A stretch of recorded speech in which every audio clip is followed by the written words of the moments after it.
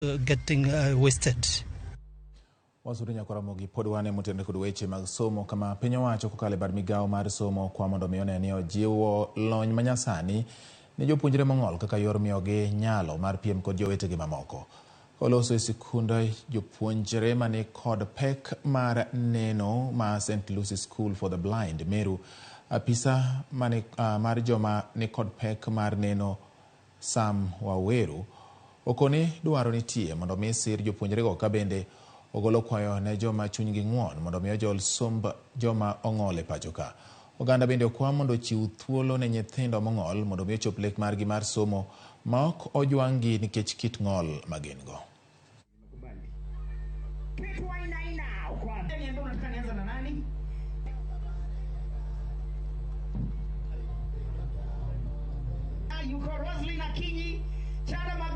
Naweza sema ya kwamba changamoto ambazo ziko ni vile mtangulizi wangu amesema ya kwamba hizi vitu they are very expensive.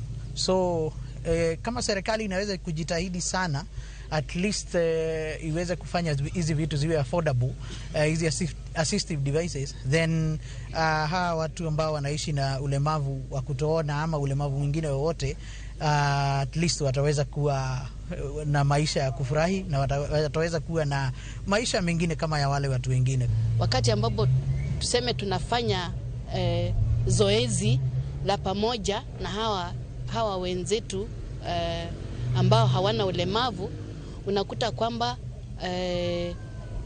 wetu watakuja nyuma kwa sababu ya transfer, yani kubadilisha maandishi ya hawa ambao hawana ulemavu yaingie kwa wale ambao wako na ulemavu ambao hawaoni, ambayo inaitwa braille.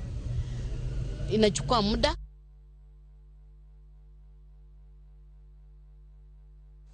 Na kwa Ramogi